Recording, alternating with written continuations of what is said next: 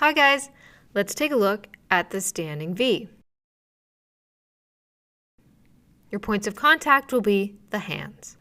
Strong hips are more important than flexibility for this move. While flexibility does help, having the strength to hold the leg up is key. I'll cover two different grips for the hands. Let's start with the push grip. Stand behind and to one side of the pole, gripping with the inside hand around shoulder level. With the inside foot, step forward and across to the opposite side of the pole. Place the inside forearm on the pole using a push grip.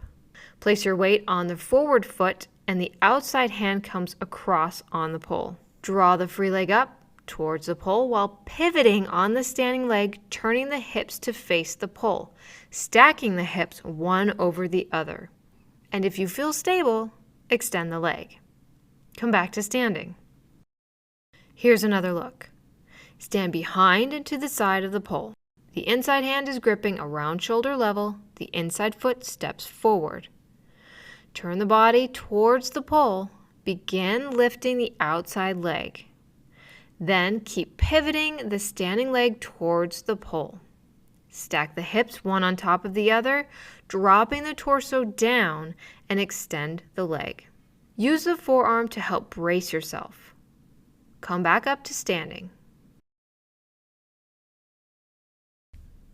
Here's a look in real time.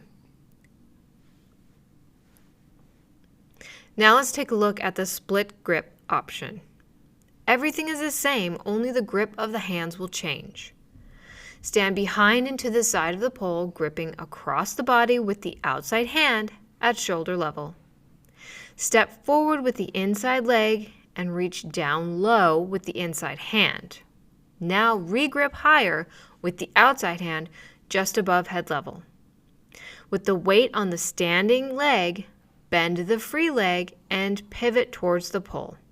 Stack the hips one on top of the other and extend the leg. Remember to drop the chest and shoulders to a horizontal position. This will help lift the leg up higher.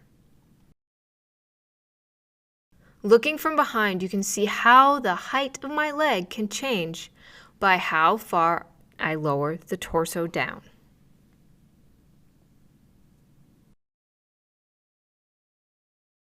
Here's one last variation for the legs.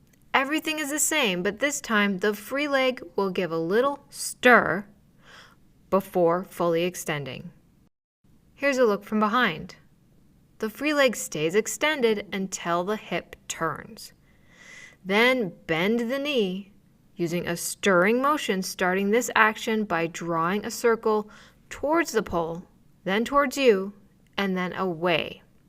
This is clockwise.